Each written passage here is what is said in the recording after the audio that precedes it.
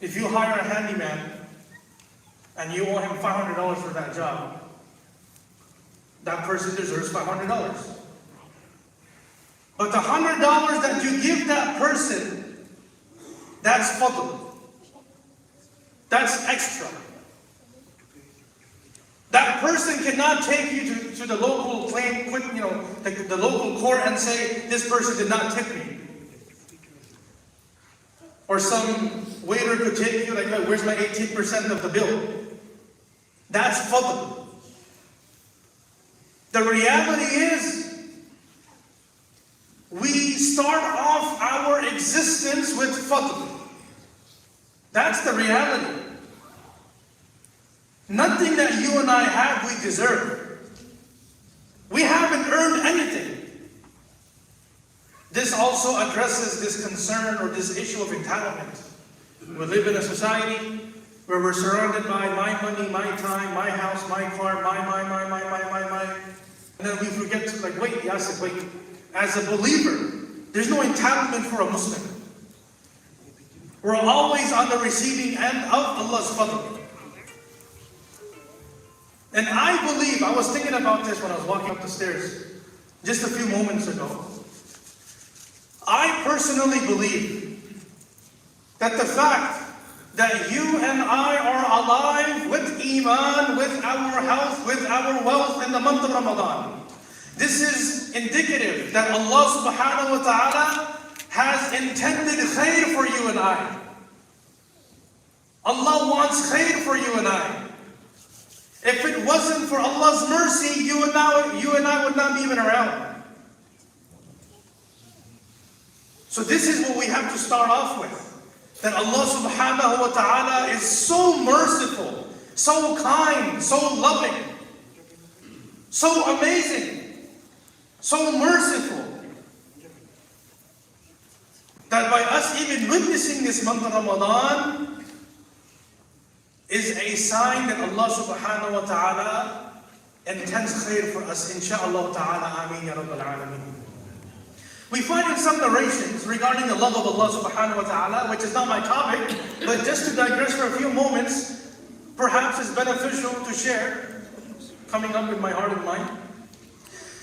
If you were to paraphrase the narration, of course, if you were to divide Allah's love in 100 parts, which you cannot even do. It's something just you try to imagine. If you were to divide Allah's love and mercy in 100 parts,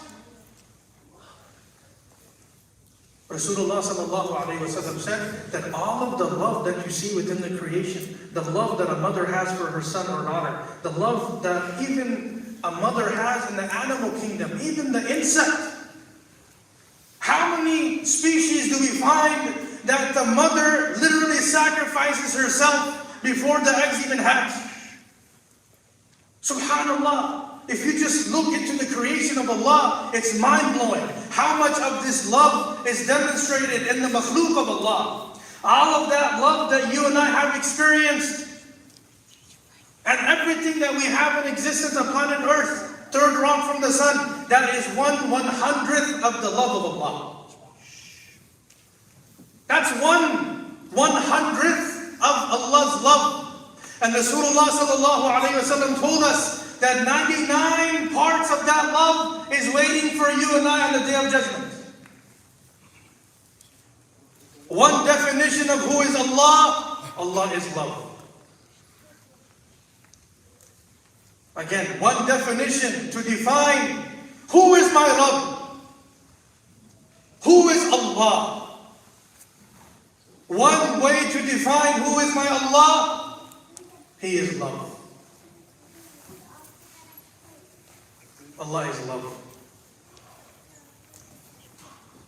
So long we return to Him, so long we turn to Him. And that's also subject to definition. What do you mean, Yasir? You turn to Him. Even within our hearts, we find ourselves in a situation where there's some kind of remorse and we say to ourselves, man, I done did it. I messed up. How ungrateful am I to my Rabb? to my Allah subhanahu wa ta'ala. And even in that moment, few milliseconds of measurable time, when you have that nadama, when you have that worry, that concern deep down in your heart, you have not verbalized it yet. You have not even allowed it to manifest through your limbs, through your physical selves. That's simply with your heart. And you turn to Allah, even with your heart. We are taught that Allah forgives. Allah forgives. Allah forgives. It's not about, it's not simply about how merciful Allah subhanahu wa ta'ala is. It's also extremely important for us to reflect upon how am I taking advantage of that. Every moment of Ramadan, this khutbah started 13 minutes ago. Every moment, every lamha, every moment of our day, every moment of our night is an opportunity for us to get closer to Allah subhanahu wa ta'ala. And every Ramadan is an opportunity for us to become a better version of ourselves than we were yesterday. You notice it did not mention previous Ramadan. A believer does not live Ramadan to Ramadan. This is not the context I'm trying to share here. Every moment, every day of our lives, one way to define a believer, a Muslim, a Muslimah, is that individual that is constantly finding ways to improve oneself. How can I be better today? What can I bring into my life? How can I get closer to Allah? How can I increase my khushu', my concentration in salah? How can I improve my salah? How can I continue to work towards iqamatus salah? How can I derive the nur and the virtues and the barakah of fasting? How can I establish this relationship with the Quran? There's always room for improvement. This is our Allah subhanahu wa ta'ala. I've shared this before, I believe, somewhere, regardless. إِذَا تَكَرَّرَ تَقَرَّبَ. And eagle's nest. On average, maybe once every 2 days, there's a janazah. Down the street from here. Same thing in Morai. Same thing with the 5 Pillars Livermore graveyard. Days or even hours leading up to the first Maghrib of Ramadan, there was a janazah. Maybe 2, I stand corrected. Hours before the month of Ramadan even began, we had brothers or sisters that were buried hours before they could witness Ramadan.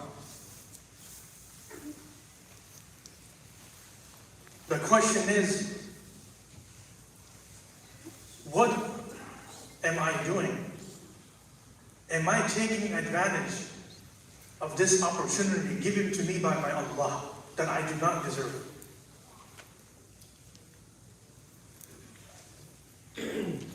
Yes, we are fasting. Yes, we're standing in qiyam. Yes, we are discharging our zakah, our sadaqah, our charity. This month is a month of barakah. Every masjid, every musalla, every Islamic center you go to, mashallah, you have a great problem where people are praying in the hallways. There's excess food, the barakah. When is the last time you heard of food, running out? Allah places barakah in that food. There's ikhlas, there's sincerity, there's love. طعام الواحد يكفي للاثنين. Food for one person is enough for 2 people. Here, brother or sister, take some of my food. This environment of this khair, this barakah of rahmah. There's no shortage of us earning hasanat or ajr. There's no shortage of that. The meter is running. Metaphorically, we're standing with our buckets to collect the ajr, the hasanat, the blessings.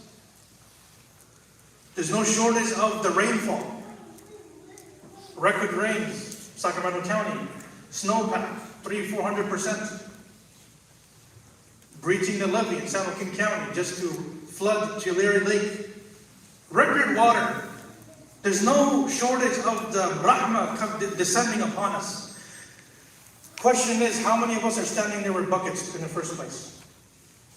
And those of us that are standing with those buckets to collect that rahmah min Allah, from Allah subhanahu wa ta'ala, have we paid attention to how much retention we have in those buckets? Let it not be that we have a little crack or a little hole, right there under that bucket. But we're standing there thinking that we are collecting these hasanat, this ajr, but without even really realizing, we look down and half of it is gone. And this is something that we need to pay attention to. Technically, everything that I've shared from the moment the adhan was called and I'm standing here before you, these are things that we've learned, just to segue a little bit. We've learned of these things since we were children. We understand the month of Ramadan is a month of mercy, is a month of forgiveness, a month of rahmah. We find in some narrations, the doors of Jahannam are closed. The doors of Jannah are open. Everything we do is multiplied in ajr. Every good action you and I carry out is multiplied by the mercy of Allah subhanahu wa ta'ala. So the question is, retention. Retention. How much of these good deeds are we actually going to show up with at our graveyards? That's something to think about. How many of these good deeds are we actually going to show up with on the Day of Judgment? That's also something to think about. See, in this world, whenever we're traveling, chances are you're weighing your suitcases 3-4 times on the way to the airport, making sure it's 48.5 pounds, it's not 50 pounds. And some of us may be pushing the limits a little bit and see, yallah, no problem, let's see how it goes. And then we're opening the Ziploc, the luggage. And we're putting so much preparation for a worldly travel for just X amount of hours going to maybe a different state or a different country. We're planning, we're submitting our, request for vacation time and sick leave, and we're doing all that math. And I could take off 6 days and I will not be, I will not get a write-up. These are all things that we have this mentality. I'm bringing these relatable things up because all of us, or most of us, go through these things whenever we're going to travel for something. Even if it's local, you go down to LA, you can't just jump in your car and drive off. Some of us might do that. You can still do that, but when you have responsibilities, you can't just do that. That's the mentality we have for the travel within this world, domestic or international. But what about our travel of our lifetime, where there's only one way through? You may relate when you land in Sacramento Airport and you're walking through that corridor with the automatic doors. In 2 languages, there's a voice telling you, don't turn back, keep walking forward, don't turn back. That's how it is. That's how the akhirah is. When our soul is taken, there's no turning back. There's only moving forward. And logically speaking, we better make sure that we're using 4 or 5 different scales to ensure that we're underweight with our suitcases. The baggage that we are going to carry into the hereafter, what kind of baggage are we carrying? Think about it. You go to your local shipping, USPS, UPS, are there any lithium-ion batteries or something that would harm someone? Or, what are we placing into our suitcases? All of us could check in 2 luggages, 1 in each hand, with a backpack over your shoulder. But what's in these suitcases for the akhirah? وَلْتَنْظُرْ نَفْسٌ مَا قَدَّمَتْ لِغَدٍ وَلْتَنْظُرْ نَفْسٌ مَا قَدَّمَتْ لِغَدٍ. O believers, have taqwa regarding Allah and pay attention to what you're sending forth for tomorrow.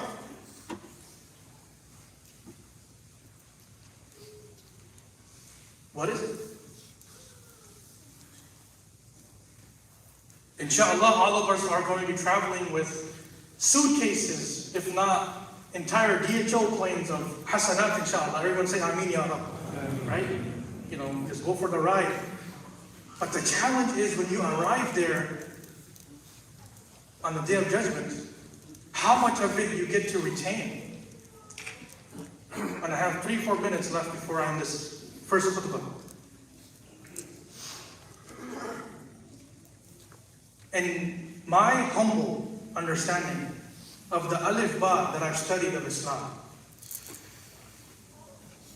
the most effective nullifier of our good deeds, the one thing that we call the fly in the ointment, the one thing that will derail our lifelong savings for that journey of a lifetime where there's no turning back, and we may show up with mountains of good deeds, is bad character. Bad character. Because bad character encompasses everything about our existence. It talks about our speech. It covers our speech. It covers what we do with our hands. It covers what we do with what we own. It covers everything we think about, we do, we say, we don't do, and the list goes on and on and on and on. You're standing there on the Day of Judgment with this mountain of good deeds. You made it. Customs didn't open your suitcases. You made it. You're there, mashallah. Right? You didn't have anything to declare. You made it. One person comes, "Oh Allah, Yasir wronged me in this manner." Really? Okay. The only thing Yasir has to give on the Day of Judgment is from his good deeds. Take from his good deeds. A few moments later, "Oh Allah, Yasir wronged me in that manner." Oh, okay. All right, you know the drill. You know the drill. People will line up and will begin to take from our good deeds. Again, journey of our lifetime with our life savings. Everybody will be running away from everybody else. يوم يفر المرء من أخيه وأمه وأبيه وصاحبته وبنيه لكل امرئ منهم يومئذ شأن يغنيه. Painting the picture. Everyone will be on their own. You can't call pops or mom or your siblings or your cousin or your buddy or your boy or your sister or whatever. "Hey man, can you cash out me $50 real quick? You know, I'm stuck in between a rock and a hard spot right now. I got you on my next paycheck." None of that. There's no Cash App, Venmo, PayPal, nothing. People will begin to take from your good deeds because of our bad character. Because of our bad character. There's no shortage of siyam. There's no shortage of fasting. There's no shortage of qiyam and feeding people and teaching people and none of that. People will begin to take from your good deeds until there's nothing left.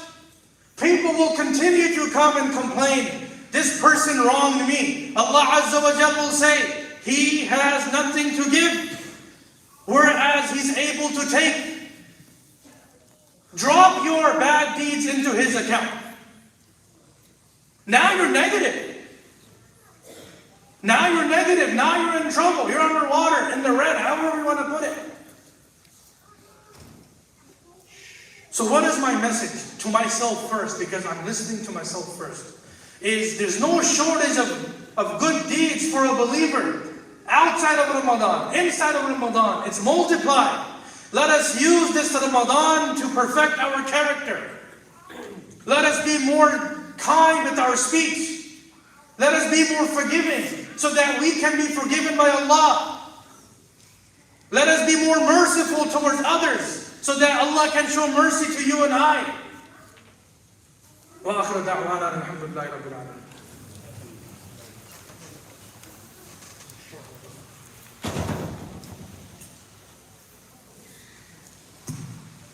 Just a quick reminder, please pass the boxes upstairs and downstairs. Announcements will be after the salam.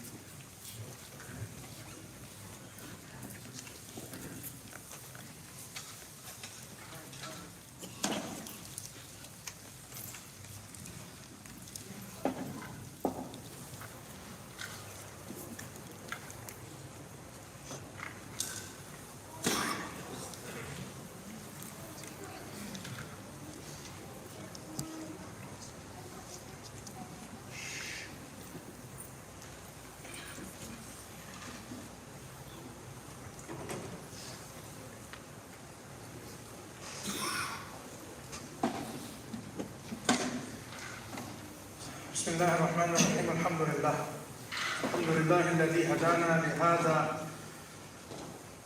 وما كنا لنهتدي لولا أن هدانا الله جزا الله عنا نبينا محمد صلى الله عليه وسلم بما هو أهل.